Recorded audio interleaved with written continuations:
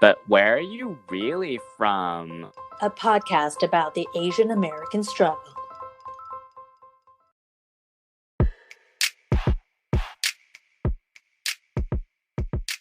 All right. Hey, everyone. I'm Angela Lynn. And I'm Jesse Lynn. And welcome back to But Where Are You Really From? Today we have a special guest, Shibani Joshi. Hello. Hi there. Hello. Well, we don't know too much about you, and our listeners don't know too much about you. So why don't you introduce yourself, what you do, what you're all about, and then we'll get into the key topic that we want to cover for today. Sure. So I'm thrilled to be with the both of you today and for everyone listening as well. My name is Shibani Joshi. I am a business and tech reporter and journalist. I have a bit of an unusual background when it comes to that. I started my career on Wall Street, studying business, and worked on Wall Street for a number of years, ended up going to business school and doing strategy and business development for really big companies, and then decided to follow my passion, which was really what I wanted to do, was to get into business journalism. And I did that at the time that the Fox Business Network was launching in New York City. And that's when I made the leap and began my on-air career as a business and tech journalist. I ended up anchoring my own market show. I had my own dedicated tech segment across Fox News and Fox Business. And I've been tinkering with tech toys since I was 6 years old. And that's what I brought to the table that I really, really love. And that's what I continue to talk about now, just from more of a freelance independent place.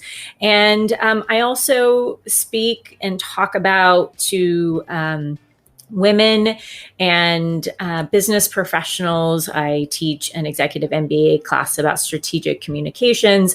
I talk about personal empowerment and sort of the ever elusive work-life balance phenomenon, because I'm living it and breathing it. And this is stuff that, you know, I'm trying to find my the best practices on.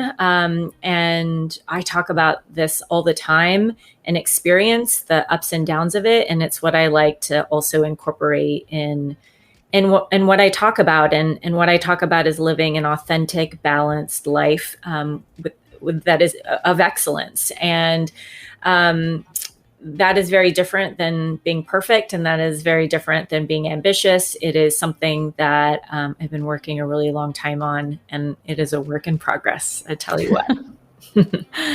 I believe that. And so basically, in summation, you are way more accomplished than Jesse and I will ever be. Not at all.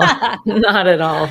Yeah, I was like, I'm really excited to like unpack what I learned from this conversation. So very, very, very excited. All good.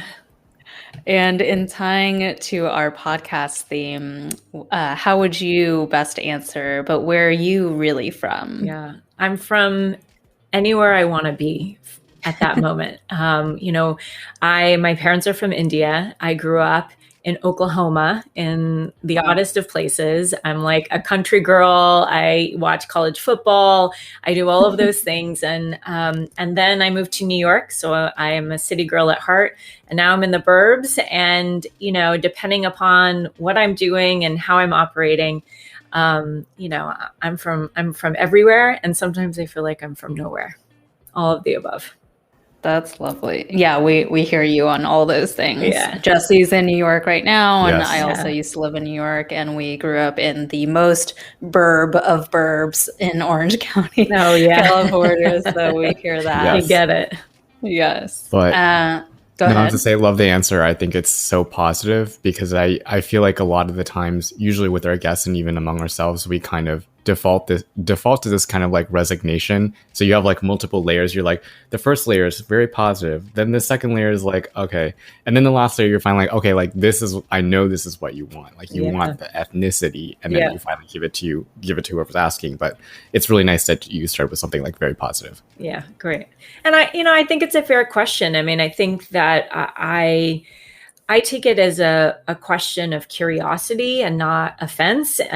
I mean, maybe I'm naive in assuming that. And I have struggled with my entire life. People, where are you from? What ethnicity are you? And, I think people don't look at me and necessarily think that I look Indian, even though I am Indian, and people in India know that I'm Indian.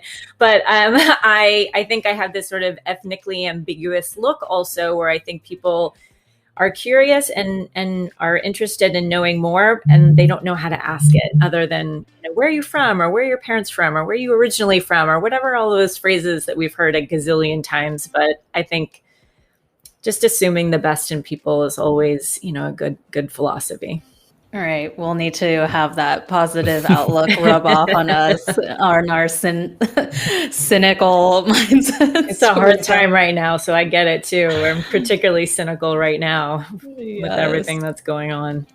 Yes. Well, something that stood out to us because it really relates to kind of the core identity pieces, cultural pieces that we're unpacking on this podcast is that you recently wrote an article for Elle magazine, right? Where you discussed the kind of like the other side of Indian matchmaking, that really fun Netflix show that we may or may not have binged.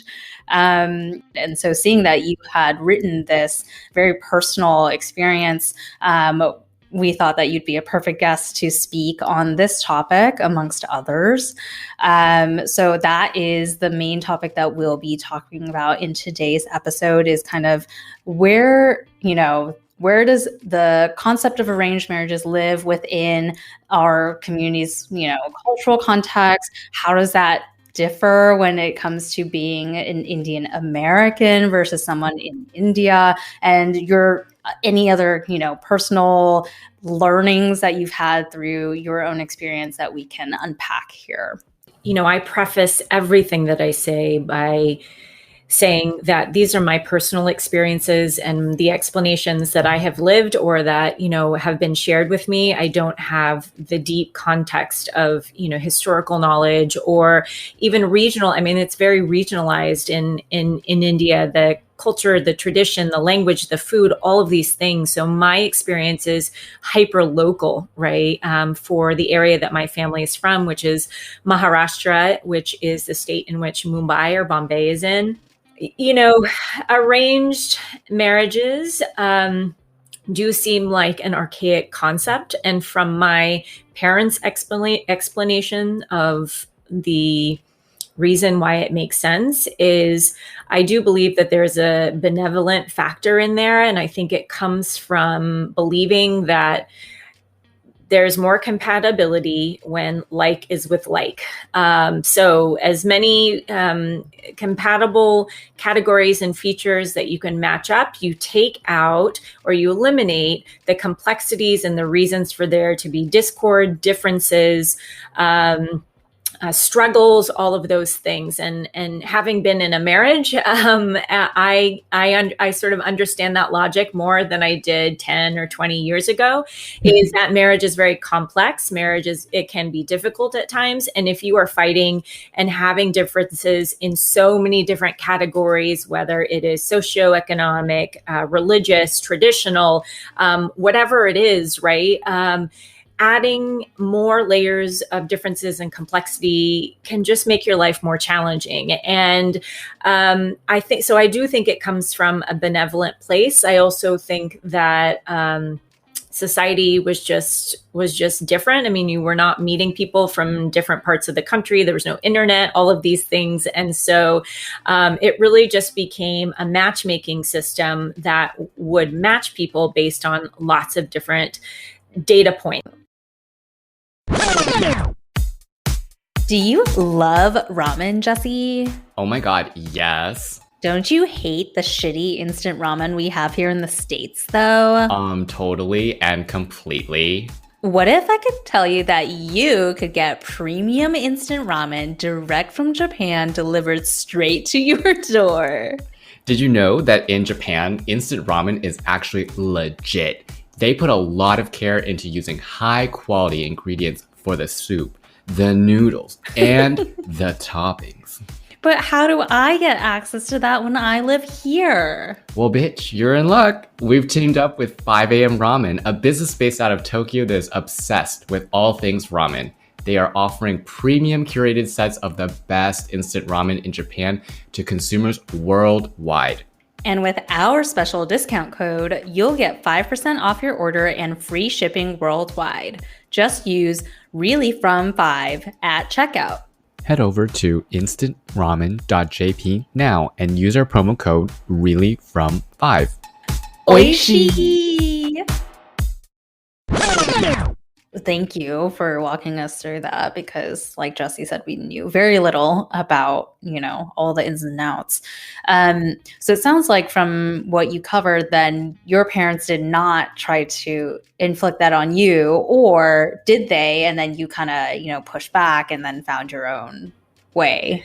So the way that quote unquote arranged marriage happens in the United States is very different. Maybe there's similarities across different cultures, but there's a lot of behind the scenes arranging that can happen. Somebody's parents might have called my parents, or are you asking, is Shibani interested in getting married? And then my parents would ask me and I would say, no way, I'm going to do my own thing and I'm going to school and, whatever it is. And so old school Indian parents would still talk and they still quote unquote network and say, and then they kind of leave it to the kids and say, do you guys want to exchange phone numbers? Do you want to talk? Whatever it is. But there is,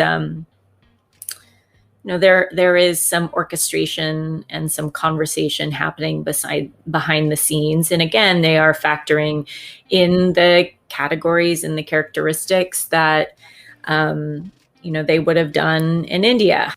We really struggle with balance, or I did, sort of balancing what I thought would make a quote unquote happy marriage and what is the recipe for happy marriage. I just didn't have the research. I didn't have the data. I didn't have the questions of like what to look out for, except for that checklist of what I knew was important to my parents and to my culture about a partner: Indian, educated, tall, handsome, of the same religion, whatever it is, those checklists. And what I know now is, gosh, that's not enough to guarantee a happy marriage, because, after I had done all of the checklist check off, and I had married an Indian man, and I had married somebody who was equivalent to me in education and ambitious and, a family person and tall and all of these things. My marriage still didn't end up working out. And now I look back and I think I didn't know what to really look out for. Because I never had those conversations, and I wish I had, and I wish, that would be a part of the dialogue that we have as a community, instead of what does it look like to others? What would the community think? How successful is this person? The like outer trappings of really success, of what success looks like, either physically, in a career, whatever it is, there's so much more to a person, and there's so much more to making a successful marriage than those external categories. But I also think that some of them are important, but I just didn't have. It's like learning a language. I was never trained in that language, and I wish I had been. And I think, I'm changing that in my own family, and I think that's the benefit of being in this country, is that we can talk about these things and experience these things differently than maybe our parents did. Yeah. I think when you were describing the way that the arranged marriage works, there are a few things that lit light bulbs for me. The first thing I was like, is this really that different from how our parents got married? Like, not really. They don't call it an arranged marriage, but it's not really like they had a plethora of choices. It's largely, the choices are largely dictated by the family, and there's usually some kind of compatibility there, right? So like you wouldn't very likely marry somebody that's like way out of your socioeconomic class, because they're usually looking for someone that is like in the same boat. So yeah, it's so interesting because I never thought about it in that way, because for some reason I always ascribe some semblance of agency to my parents, but I'm like, did they really have a choice? I don't think they really did. And the last thing you mentioned about having the conversation with, parents preparing us for these choices, I felt like that really resonated with me, and I probably with Angela too, because oftentimes we kind of like, we're like faulting our parents, like, they never guided us through these decisions. But the reality is that they don't even have the experience, right? Like Angela's mentioned that her dad is her mom's first boyfriend and like first and only choice. So they don't even have like the way to prepare us for making these decisions. So that kind of brings me to my question, which is like, do your parents see the current situation in terms of there's still arranged marriages, but then there's this kind of like you're free to make your own decisions on who you want to love, who you want to marry, and like what do they think about these two dichotomies? So that's a great question. I don't know what they think because they don't tell me. I haven't asked them, right? Yeah. I can tell you that I have a 35-year-old brother who's not married yet, and they're like trying to get him married, and he's like, "I'll do it when I'm ready." And then my sister married who she wanted to marry, and he's not of the same religion, and I have lots and lots of examples of that with my direct cousins also. So, my parents never, because of how they raised us in this country and what I think they accepted as the norm, is that they couldn't force us to choose a certain mold. And I know that for my own kids, is there's so much that I'm teaching them about their culture and their values. And ultimately they get to decide if, what parts of the culture they're going to carry on and what parts they're going to say, it just doesn't serve us. I see that straight up in, what I hear from my cousins and my family in India, and it's something that I wrote about in this L piece, which was my parents came over here and your parents came over here in the year that they did. And those values of the country from which they came from are frozen in time from the date that they left. And so my parents have come here with 1970s values of India, and even my cousins, they'll say that's old school India. People, I told, my own family didn't know that I was divorced or divorcing. And I was so terrified of disappointing them, of them like abandoning me, of like what their reaction would be, particularly the family in India, because I just thought, wow, they are just going to think this is so taboo and I'm bad and, I'm just, of bad morals and whatever it is. And my cousin was like, this happens all the time here now, and he just kind of shook it off. And my aunts and uncles, they were like, it's okay. They were super actually cool about it.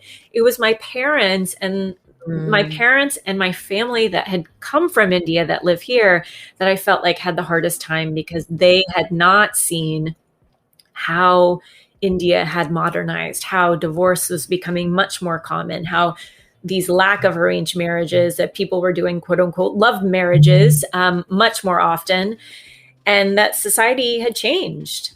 And I think that's and that's part of what I think, I'm passing on. My concept of Indian culture is what they passed on to me, which for my kids is going to be like decades and decades and decades removed, right? So I get that they may not carry some of that stuff up. It may not even, and for people in India, it like is so out of touch, right? So we're all operating with these time capsules of what our culture was without real-time checks. And every time I go to India, I have real-time checks. I'm like, oh, this is normal. And this, people are going to bars and they're doing this and doing that. And like, what do I think is happening there? And I appreciate that. I appreciate the opportunity to recalibrate, because life has changed there, and what I think of what my culture is an ever evolving thing, just like who I am, and that's kind of cool, I think. That's super interesting. And I love that you assigned this time capsule type of analogy to it, because I don't think Jesse and I have talked about it in those terms either, where when we talk about our parents' values, I think we do make the mistake of making that assumption that it is the prevailing continued values and culture that's going on in Taiwan, which is where our motherland is. And so it's really lovely to hear from your side that your experience with divorce is that your family actually didn't care that much, because I think for us thinking about that topic, it was a lot of like, well, as far as like we know from our parents, right, divorce is something even in Taiwanese culture that's like taboo and no one does it. And like we have, I don't know if you use the same term, but we constantly talk about like saving face, right? Which is exactly what you mentioned before, the outward appearance that you have and like the honor and the dignity that you're providing to your family through your actions. And so for us, like even talking to my parents a while ago, many years ago at this point, but we were talking about relationships and exactly what Jesse mentioned before, that like they don't have that much experience either because they didn't have dating and all that stuff. But when we talk about when things are rocky and whatnot, we had mentioned, my brother and I had mentioned very briefly in the past, like, well, did you guys think about divorce at any point? And they're like, that's not an option. Like that's not within the realm of possibility. So just don't even talk about that. And so that's why I think we carried that feeling of like, well, modern time, Taiwan must also think the same way. But really great to hear that at least in India, that is not the case. And I think it's time for us to have a little like gut check with what reality is like back in our own motherland.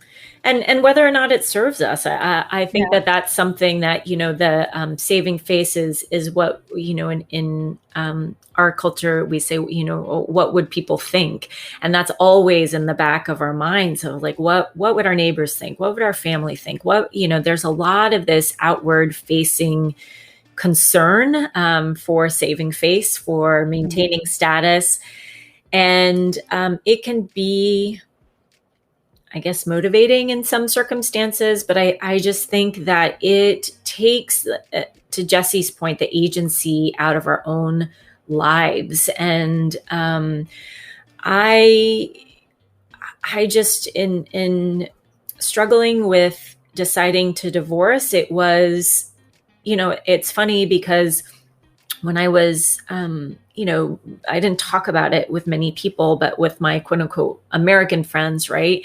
It was just like, no big deal. Okay. What, like, think about it, move on, whatever you decide, it's all good. Like, just move forward. But I really felt this personal crisis of, can I be Indian and be this quote unquote, good Indian girl or traditional Indian girl, or do these things? Like, can I hold my culture and also get divorced, or do I have to pick one or the other?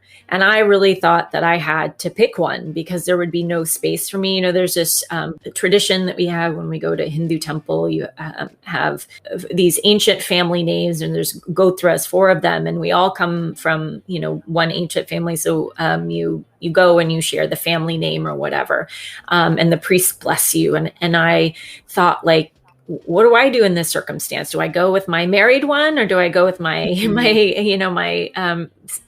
pre-married one? And like, will the priest even bless me anymore? Am I allowed? Like I had these real crises of feeling like, will I get rejected within my own community? And at some point, I had to choose what my gut was telling me to do, my heart was telling me to do. I had tried everything that I could for years and years and years. And I had just hit the end of the road. And at some point I just thought, I choose me.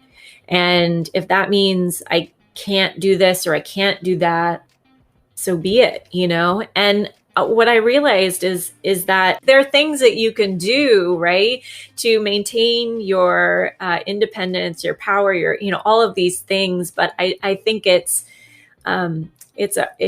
our own concept of what we think life should look like. And I am very fortunate to be able to act upon circumstances to create a life that I think is really right for me. And I walk alone in that path. I think I wrote in that Elle article, I didn't see my parents for a year because my dad was so adamant that divorce is wrong, and he doesn't believe in divorce, and he doesn't think that I should divorce. And, I had to be willing to walk away from them in order to walk my own path. And that was what I had to do. And I got to the point where I tried to keep it together, and I tried to do everything I could do. And then I just realized I have to do what's right for me. And it might come at the sacrifice of relationships, including with my own parents. Hey everyone, we love doing this podcast, and if you enjoy our episodes, we would really appreciate if you could support us in any number of ways. First is by subscribing to us, rating us, and reviewing us on Apple Podcasts and iTunes. Second is by telling a friend. Third is following us on Instagram at whereareyoufrompod. Fourth is supporting us on Buy Me a Coffee. You can find out more about all of these by visiting our Instagram's link in bio. And again, our handle is at whereareyoufrompod. Thank you.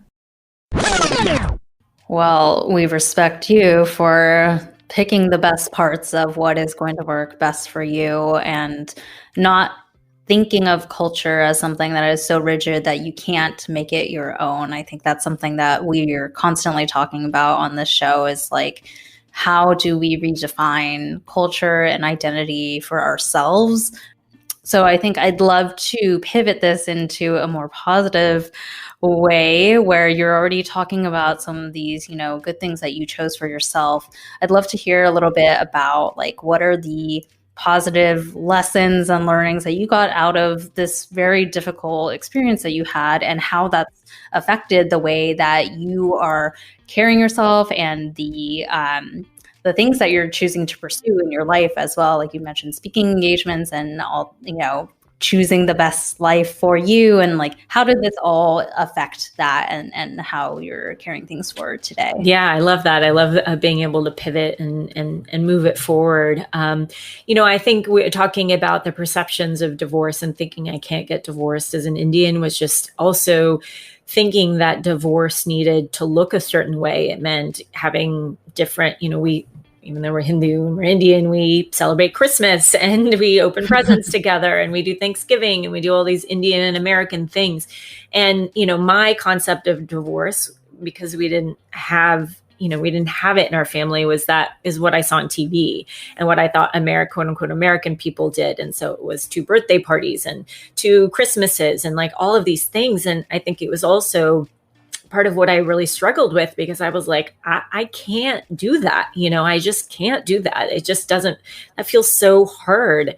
And, I think now in our normal, society-wide dialogue, we're having these honest conversations. And, Gwyneth Paltrow threw out conscious uncoupling, and I never read that book, but I think, what it brought out was that there's a different face of divorce. A divorce can look different than maybe what we thought it could look like. And then I think the other thing is that, what I am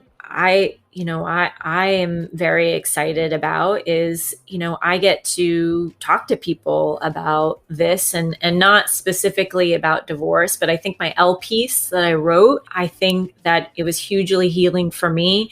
But then I also think it gave people permission. I received hundreds and hundreds of comments and emails and, just DMs of, thank you for writing this. I resonated with this. This is my life. This was, my sister's life, my brother's life, whatever it was. And I think that, in speaking our truth and talking about these things more within our communities, we give one another permission to break the taboos and to break the rules and change the rules. And only by talking about them can we do that. And I felt like I have such privilege in my life, and I have a platform, and I'm, a person that's, in the media, and it looks like my life is perfect, but my life is far from perfect. And I would love to demystify that, and shatter that perception, and then give people permission to do the same thing. Because if my life, if this can happen to me, then maybe it makes you feel better that it can happen to you, or it did happen to you, or it's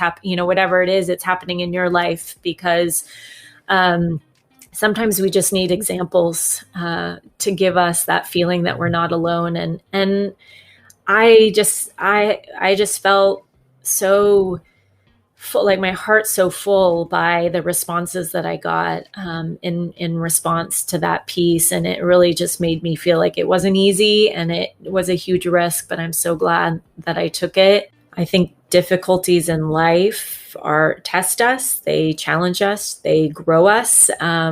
We wouldn't be who we are without having gone through the hard stuff. And this was my hard stuff. And I am on the other side of it, and I'm a stronger, better person for it. And I can only feel grateful for that, because there's a lot harder stuff that's out there that I know about. So I feel pretty good about, the hard stuff that I have. I even feel lucky about that. Yeah, well, I love that. That's amazing. Like a good way, a high note to transition over to the ending part of our podcast. Welcome everyone back to the fortune cookie segment, because we always like to end on a sweet treat. What are your hopes for your kids in terms of love and dating? Oh, I love that. That's so beautiful to think about. I want them to be, again, I go back to your word, Jesse, agents. I want them to have agency over their life. I want them to, I think the most important thing for finding a good partner is to know yourself first. And so I want them to know themselves well enough to ask questions about what's important. If you don't know yourself, you don't know what questions to ask. And so I want them to know themselves well enough to ask, not just of themselves, but of their future partners, what's important. I want them to be happy. I want them to be with whomever makes them happy. I don't want them to be deluded that marriage is easy. Marriage is a journey, and marriage takes work. And I think that it's worth fighting for. And I think that they need to know that, just like anything else, I think that's also one of the traditional elements of Indian culture is, you don't necessarily, it's assumed that the marriage is going to work forever. And I think that you can't assume that. I think you have to work hard at it. And then, I don't know, love is worth it. I still think that love is worth it. And I hope they each experience it, and experience it many times if that's what their path calls for. So it makes me happy just thinking about that. Yeah. Love it. Okay. Well, Shibani, thank you so much for joining us on the show. We really loved hearing from you, and really appreciate you being vulnerable and sharing as much as you did. If our listeners want to find you or hear about any upcoming projects you have, where's the best way that they can get in touch or to follow along with your journey? Yeah, you can check me out at shibanijoshi.com. I have 2 blogs on there. I have a tech blog, and also just my personal writing and essay writing, which I write about all sorts of things, including some of the things we talked about today. And there's a contact me form. You can always reach out to me if you want to shoot me your thoughts. I always love that. And you can find me across social media as well. Awesome. Well, and listeners, if you enjoyed this episode, the topics that we covered, or you have your own experience with what we talked about, feel free to write us in at telluswhereyou'refrom@gmail.com. We're always out for listener submitted stories as well. So do write us in and come back next week because we'll have a fresh new episode for you then as well. And until then, 再见, bitches.